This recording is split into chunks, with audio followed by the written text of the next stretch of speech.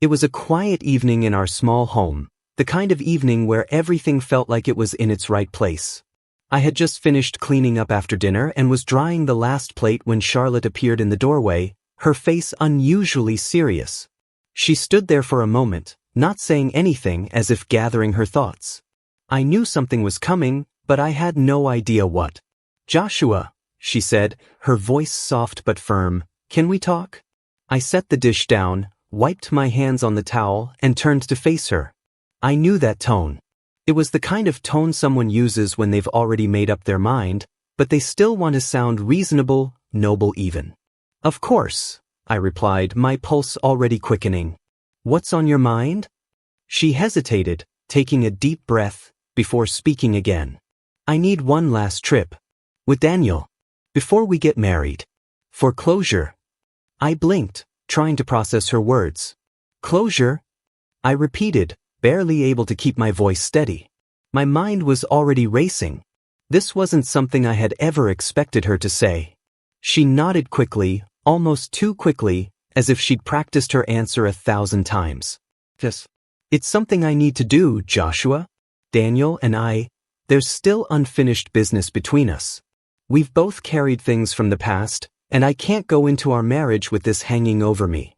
We just need to meet one last time, to talk. Nothing more." The words felt rehearsed, like she'd said them to herself 1,000,000 times before deciding to finally share them with me. I studied her face closely. Her eyes were darting around, not meeting mine. I could see she was nervous, but also determined. "Where exactly would this trip be?" I asked, keeping my voice even, though inside, everything was unraveling. "There's a small town near Lake Tahoe," she said, her words slipping out smoothly, like she had said them before. "We used to go there years ago. Just a weekend. 2 nights, maybe. I'll be back by Sunday evening." It felt too perfect, too planned. The timing, the way she spoke, it was all too convenient. She had already made up her mind weeks ago, I realized. It wasn't a spur-of-the-moment decision. I remembered the late nights she spent on her phone, always hiding the screen from me. The quiet smiles, the subtle shift in her attention when I spoke. Something in me twisted. I nodded slowly, though every part of me screamed to protest. "If this is something you need to do, then do it," I said, keeping my voice calm, even though my heart was pounding in my chest. "I want you to be sure about this marriage, Charlotte. I don't want you to feel uncertain." She sighed in relief, as though a weight had been lifted from her shoulders. She smiled at me, that familiar smile that had always made me feel like everything would be okay. "Thank you, Joshua. I knew you would understand. You're always so mature about things." I forced a small smile back, but inside, something was already broken. "Friday morning," she added, almost as an afterthought. "I've already arranged time off." I took a long sip of my water, trying to steady myself. "I hope you get the clarity you're looking for," I said softly. But inside I knew. This wedding, our marriage, wasn't real anymore. She just didn't know it yet. The next morning, Charlotte left early for work, just like she always did, acting as though nothing had changed. The house was quiet, but my mind was racing. I couldn't sit still. I made myself coffee and sat at the kitchen table, staring out the window, trying to make sense of what was happening. I wasn't angry. I wasn't even shocked. But I knew one thing. I had to act, and I had to do it fast. Step 1. Protect my money. We had a shared account for wedding expenses, mostly my savings. I logged into the account, moved my contributions into a private account under my name, and left a note in the transaction details. Temporary balance adjustment. It looked harmless, but by the time she packed her bags on Friday, that account would be nearly empty. Step 2. The vendors. The reception hall, the florist, the catering company, everything was already booked. I called each one, spoke calmly, and told them we might need to change the date. I asked to hold the contracts under a corporate event title. That way, nothing looked suspicious, but my deposits were safe. Every conversation ended the same way. "Thank you for your flexibility, Mr. Thompson." Step 3. Legal matters.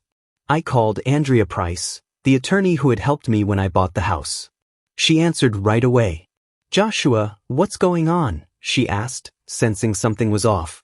I need to know how to handle someone living in my property who's no longer welcome, I said, keeping my tone even.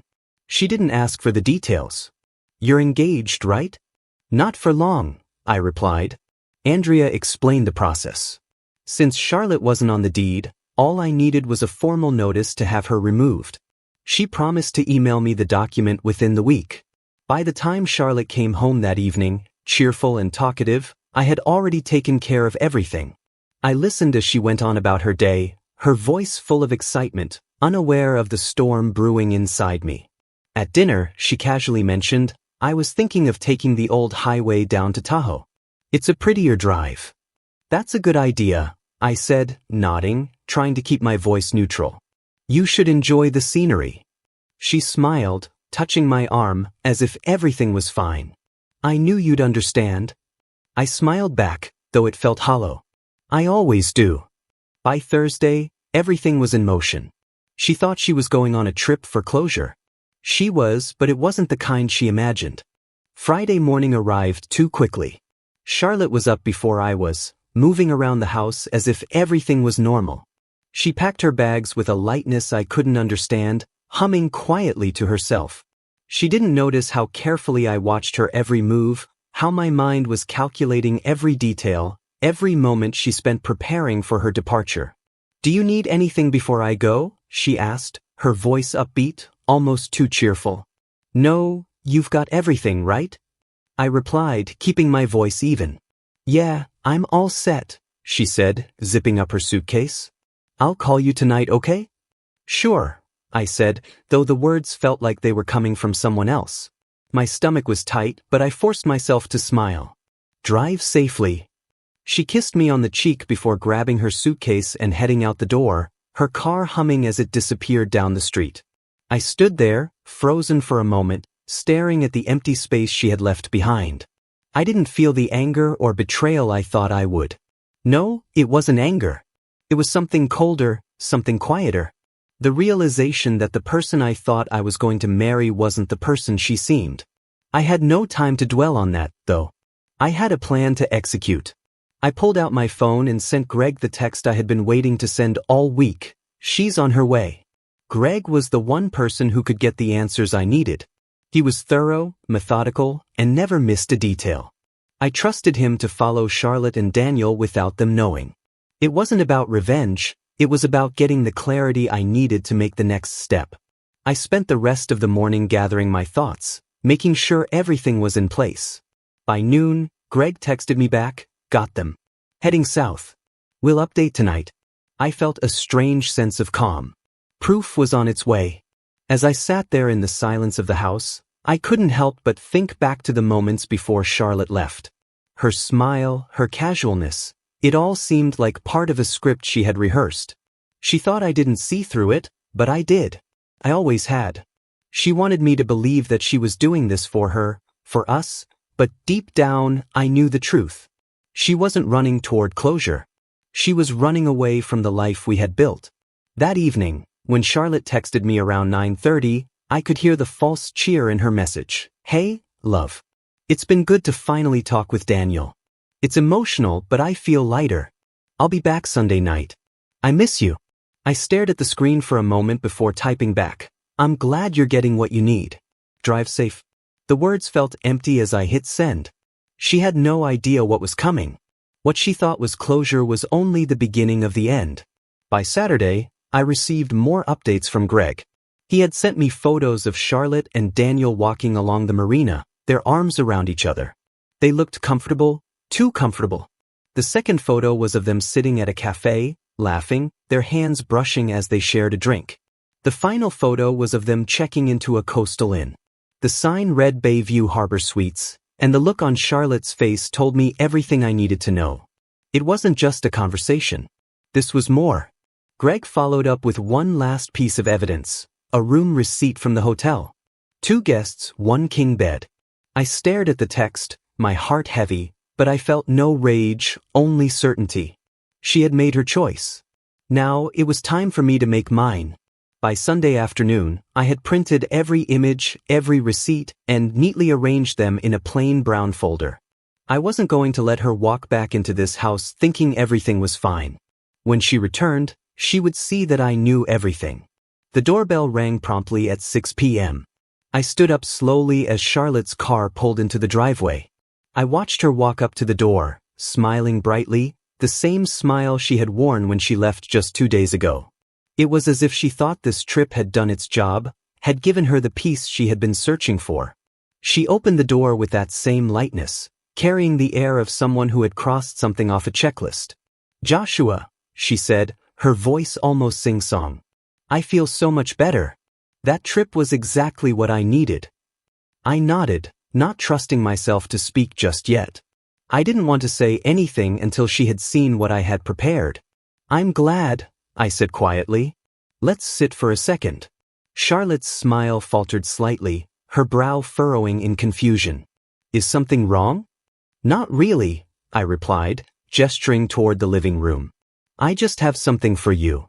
I watched as she walked over, still smiling, sitting down across from me. The moment she sat, I placed the brown folder on the coffee table. Her eyes flickered over to it, curiosity piqued, but she didn't touch it immediately. I could see the hesitation in her, the dread creeping up on her. "Go ahead," I said, my voice flat. She picked up the folder, her fingers shaking slightly as she flipped it open. The first photo she saw was the one of them on the dock, laughing together, their hands brushing. Her face went pale. She flipped to the next one, her hand freezing on the page. It was a picture of her and Daniel laughing in the cafe. The joy on her face, so genuine, so effortless, was the last thing I wanted to see. Charlotte's breath caught as she flipped to the next page. The hotel receipt, with their names clearly printed on it. "Where did you get these?" she whispered, her voice breaking. "I had someone follow you," I said calmly, my voice steady as I stared at her. "I needed to be sure of what you meant by closure." Her face turned even paler as she looked down at the documents, trying to process the evidence. She didn't know how to respond. "It wasn't what it looks like," she stammered. "We just talked." "It was just talking, Joshua, I swear." "Talking?" I repeated, my voice cold. "In a king bed?" She looked at the floor, her shoulders shaking. "Please, Joshua. It was a mistake. I was confused. I just needed to be sure about us." I didn't respond immediately. I took a deep breath, letting the weight of the situation settle in. "I'm sure," I said, keeping my voice steady. "I've never been more sure of anything in my life." I handed her an envelope. "That's a formal notice from my attorney. You have 30 days to move out. Your things are already packed in the guest room."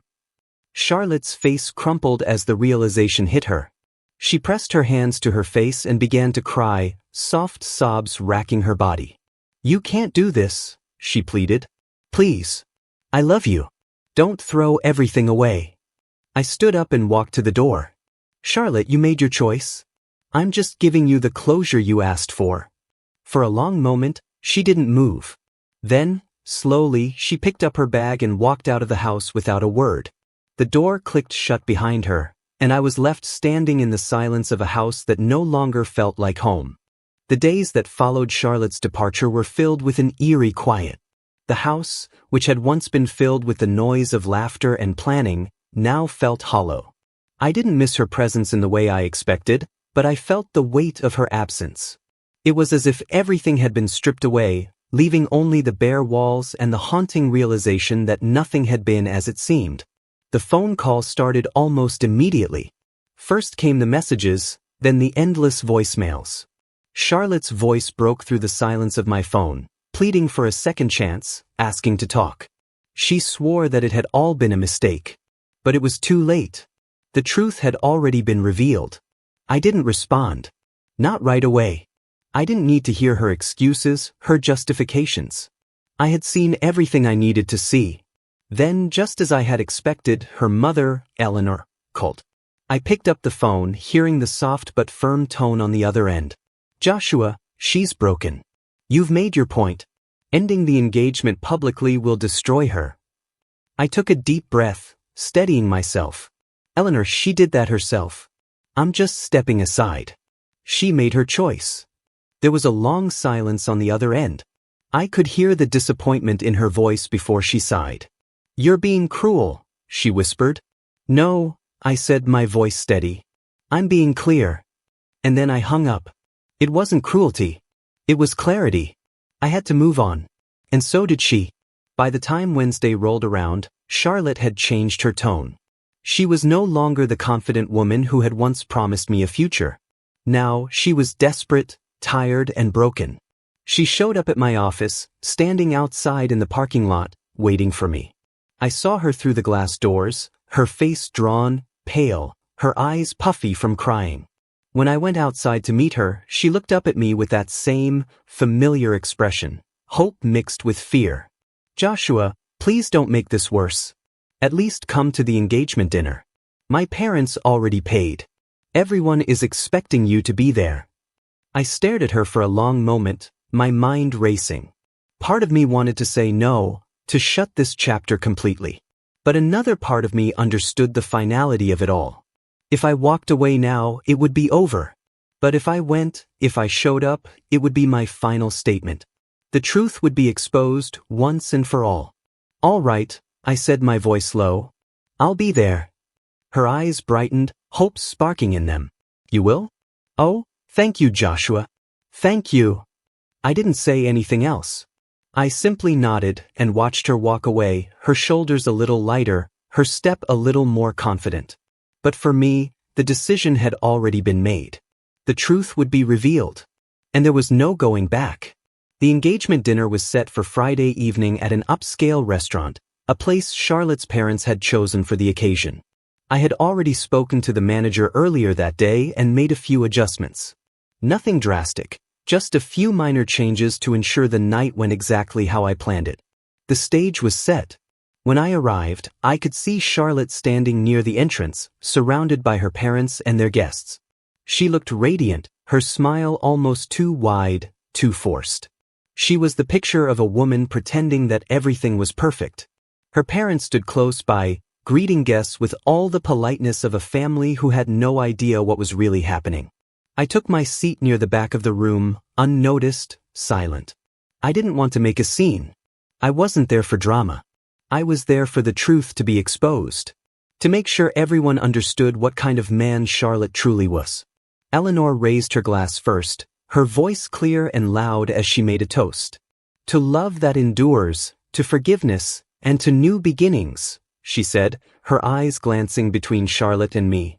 "Because true love always finds its way back." Polite applause followed, but I didn't join in.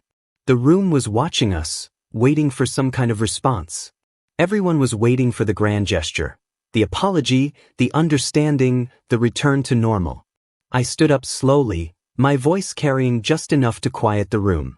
"Thank you, Eleanor," I said, my words cutting through the tension. "And thank you all for coming." Charlotte looked at me, her eyes hopeful, her heart still clinging to the hope that maybe, just maybe, everything could go back to the way it was. "Joshua, do you want to say something?" she asked, her voice shaky. I looked around the room, meeting the eyes of her parents, the guests, and finally, Charlotte.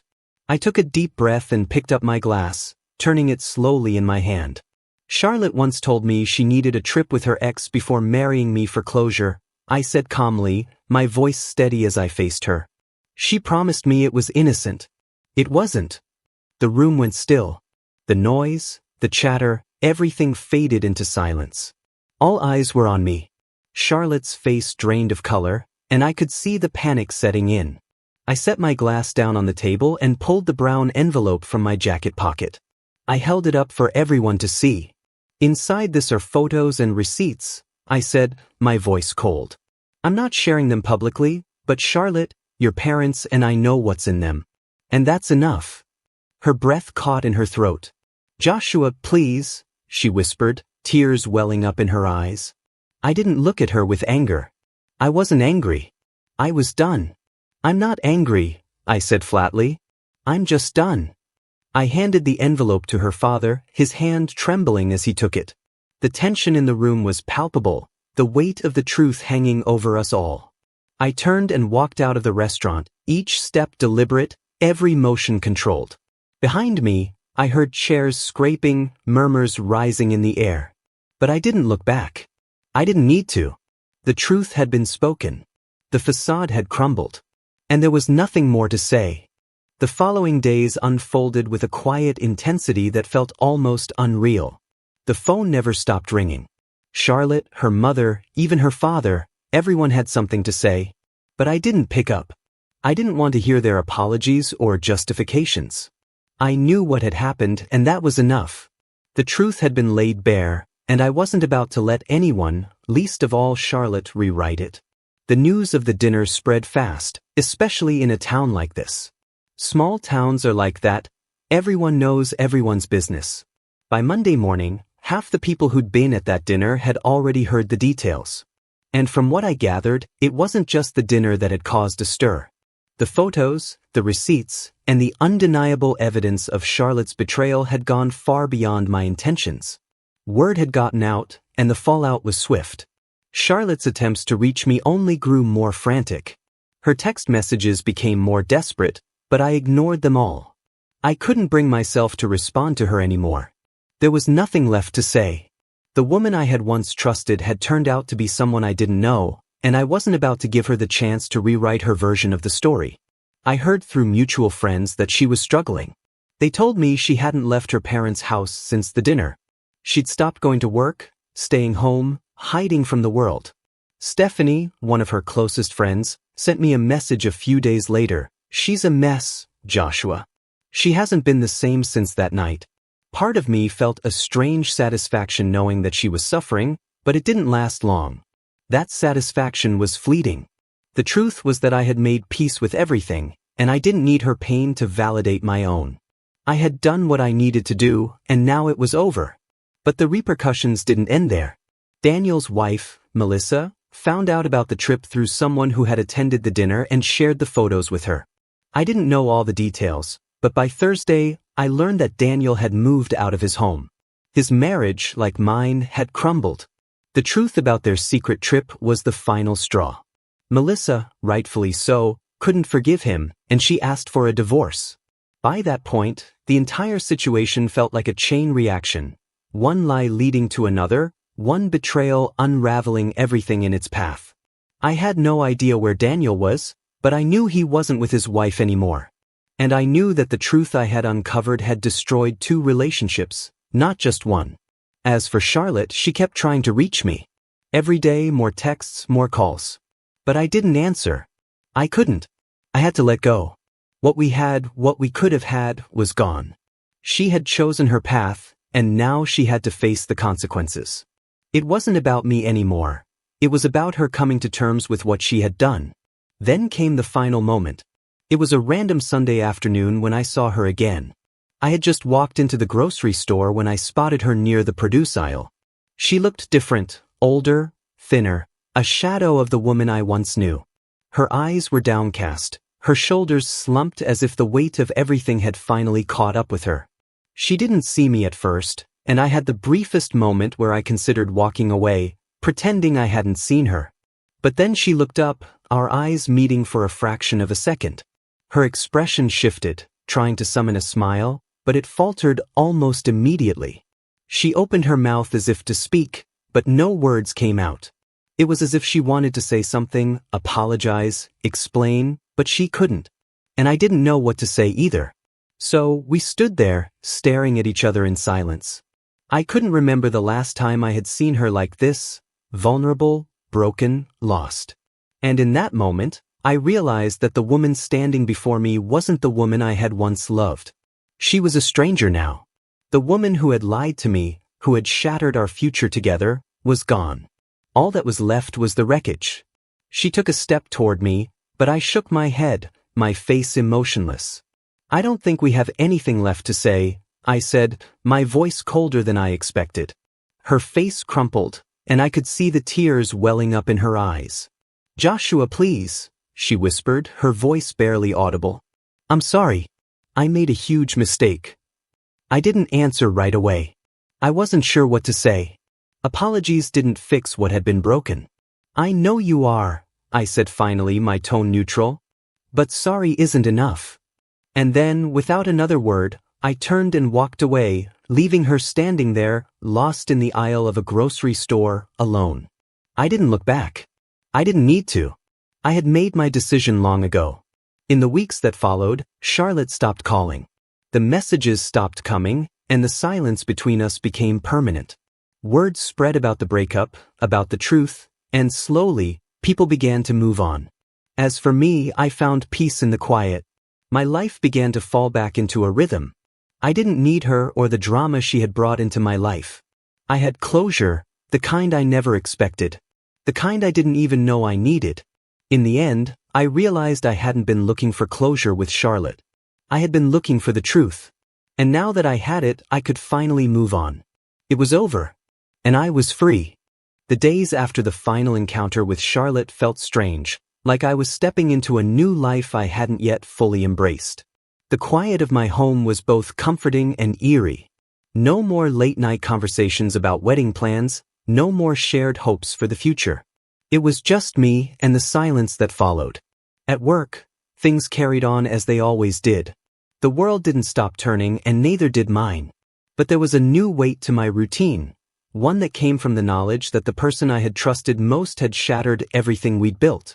It wasn't the betrayal that kept me awake at night. It was the fact that I had loved someone who had chosen to betray me in the first place. That realization lingered, gnawing at me in the quiet moments. I kept myself busy. I worked, I cleaned, I went to the gym, and I made new plans. But there was one thing I hadn't expected, the loneliness. It crept up on me when I least expected it. The house was empty, and I had to face that emptiness each night. And even though I had walked away from Charlotte, I couldn't shake the feeling of the life we'd almost had. What could have been? It wasn't regret, exactly, but something much more painful, the acknowledgement that I had been part of a lie. Then came the message from my lawyer. It was a simple email, but one that carried a weight I hadn't anticipated. Charlotte had reached out again. This time, she wasn't asking for another chance. She wasn't pleading for forgiveness. No, this time, it was about the wedding funds. She wanted her half of what we had saved together, the money she had contributed to the wedding account. I stared at the email for a long time, unsure of how to respond. The money didn't matter in the grand scheme of things, but the principle of it? The fact that after everything, she was asking for something that had once been ours? It felt like the last remnant of a life that no longer existed. I replied, keeping my tone professional but firm. I made it clear that the funds were no longer in the shared account, and that I had already taken the necessary steps to protect what was mine. There was no room for negotiation, no room for more games. What we had was over, and I wasn't going to entertain any further complications. The silence that followed her request felt like a relief. She didn't reply. And in some way, that was the final closure I needed. She had asked for money, for something tangible, but she had no idea how little it meant to me now. What mattered was the truth. What mattered was that I had moved on, and she hadn't. Days turned into weeks, and the heaviness of the past began to lift, replaced with something lighter, something more manageable. The memories of Charlotte faded into the background, and I found myself thinking less about her, less about the life we could have had. It was still there, the shadow of our past, but it didn't consume me anymore. One evening, while I was at the grocery store, I ran into an old friend. Mike had been a close friend of mine throughout college, and I hadn't seen him in years. We caught up over coffee, exchanging stories of our lives, and eventually, we touched on the topic of relationships. I found myself telling him about Charlotte, the engagement, and how it all came crashing down. I didn't go into the details, the photos, the receipts, but I told him enough to paint the picture of how everything had fallen apart. You know, Mike said after a pause, I always thought you and Charlotte were perfect for each other. But you've got to remember something. I raised an eyebrow. What's that? That sometimes, the best thing that can happen is for everything to fall apart. I know it feels like the end, but it's not. It's the beginning of something new. Something better. His words hit me harder than I expected. Something better. I hadn't thought about it that way. I had been so focused on the hurt, on the betrayal, that I hadn't taken a step back to look at what was waiting for me on the other side. You're right, I said, the realization dawning on me. It feels like the end, but maybe it's just the beginning. As I walked home that evening, I couldn't help but smile to myself. The weight that had been pressing on me for so long had lifted, and for the first time in months, I felt lighter. There was no going back to the past, no undoing what had happened. But there was a future waiting for me, a future that wasn't defined by Charlotte, by betrayal, or by the past. The next day, I made a decision. I wasn't going to run from the past anymore. I wasn't going to let it define me. I was going to take the lessons from it and move forward. I had closure now, not because Charlotte had given it to me, but because I had found it within myself. And that was the final piece of the puzzle. The truth had set me free.